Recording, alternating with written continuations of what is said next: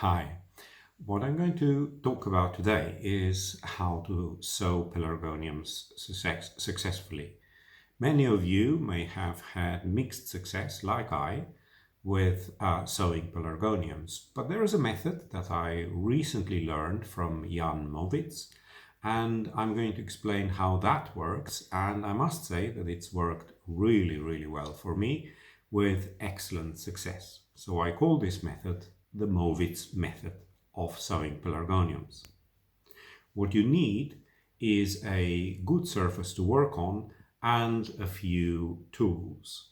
Let's walk through the process. I'm going to take a white towel and place it on my working surface. And then I'm going to prepare the seeds. I'll just take a random seed of a pelly. What I need are pincers, so I'm going to take that, obviously. This is what we normally call a seed, but of course we know that that's not a seed, that's a mericarp.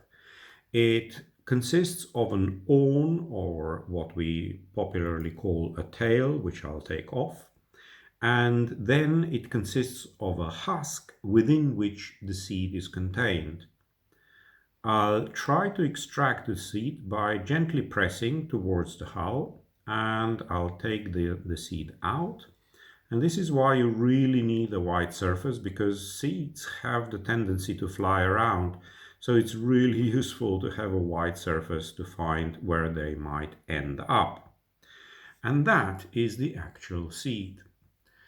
Now, the method works in the following way. Once you've got the seed extracted, you hold it in your hands in such a way that the pointed end of the seed is available. Once you hold it in your hand this way, you can take a scalpel, or what I take are just sharp scissors, and I cut off just the very tip of it. It's impossible to say how little I cut off. This process is really just meant to pierce the seed coat.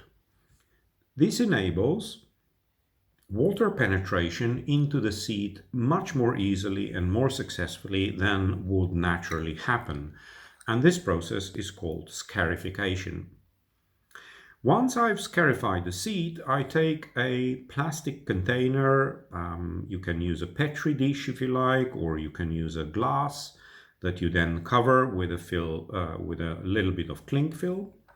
And I take the scarified seed and I put it into the dish, obviously. And then, according to some, you need to use some hot water. You can either boil a little bit of water, or you just use some tap water, and you put the seed and you leave the seed in the water to cool down, and for the seed to actually swell up and take up as much water as it needs.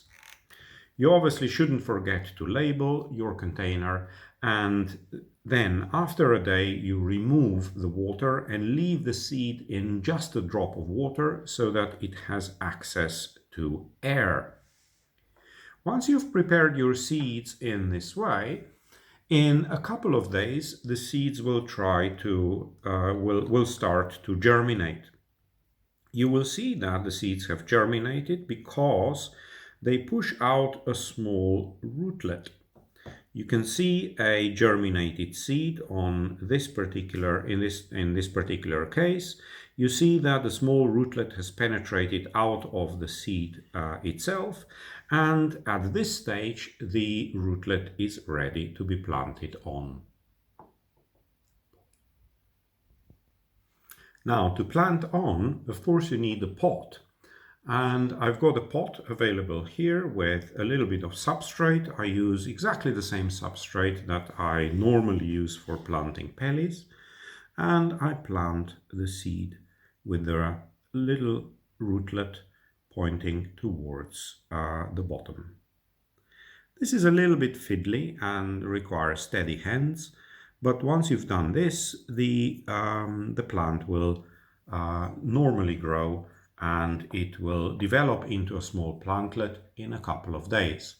I've actually got an example to show here. There's a collection of small pelargoniums that I've planted a couple of days ago, and they have developed into nice young seedlings. This whole process will take up to a few days for those pelargoniums that are really eager to germinate. These are Meniotidias, but it may take up to a couple of weeks for those pelargoniums that take a long time to germinate, so up to perhaps about 2 weeks, 3 weeks maximum. At this point, all your pelargoniums will germinate, and I wish you a lot of success with sowing. Thank you for watching.